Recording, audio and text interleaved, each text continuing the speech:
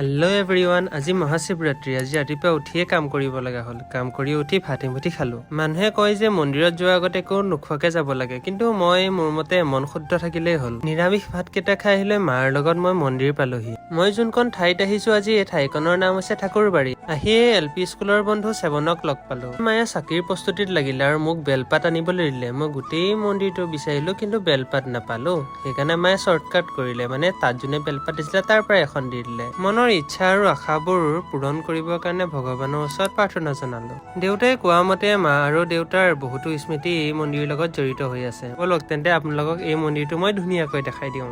ইয়াত যে অকল শিৱ মন্দিৰ আছে এনেকুৱা নহয়, ইয়াত বহুত ধৰণৰ মন্দিৰ আছে, মানে কালেকশ্যন অফ মন্দিৰ। পিছে এই ঢিপবোৰ কিয় বনাই থৈছে মই বাৰু নাজানো, আপোনালোকে যদি জানে তেন্তে জনাবচোন মোক। আপোনালোকে কাঞ্চন নগৰী তেজপুৰ ইউনিভাৰ্চিটিৰ কথা শুনিছে, কিন্তু এইখন হৈছে কাঞ্চন বাগান।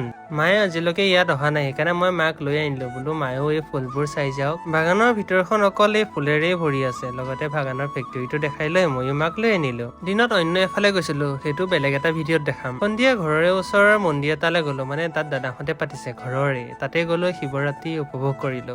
তাত গ'লে প্ৰসাদ খালো, তাৰপিছত তাতে মেইন বস্তুটো লৈ আনিছিলে, কিন্তু আমাৰ কোনোৱে নাখায়। মানে খালে কি হয় সেইটো দেখাৰ প্ৰমাণ এইটো। ভন্টিয়ে নাখাওঁতেই ইমান দিছে, খালে কি হ'লহেঁতেন ভাবি চাওকচোন এবাৰ।